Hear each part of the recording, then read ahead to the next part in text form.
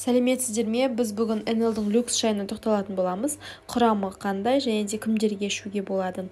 Жалпы люкс шайы ішектегі токсин шлактарды шығарады, іш қатуды болдырмайды, қанның құрамынан холестерин мөлшерін азайтады, салмақ тастауға көмектеседі, асқазан, ішек, өт жолдарын қалыпқа келтіреді, ас қорытуды жақсартады және денеден артық сұйықтықты шығарады.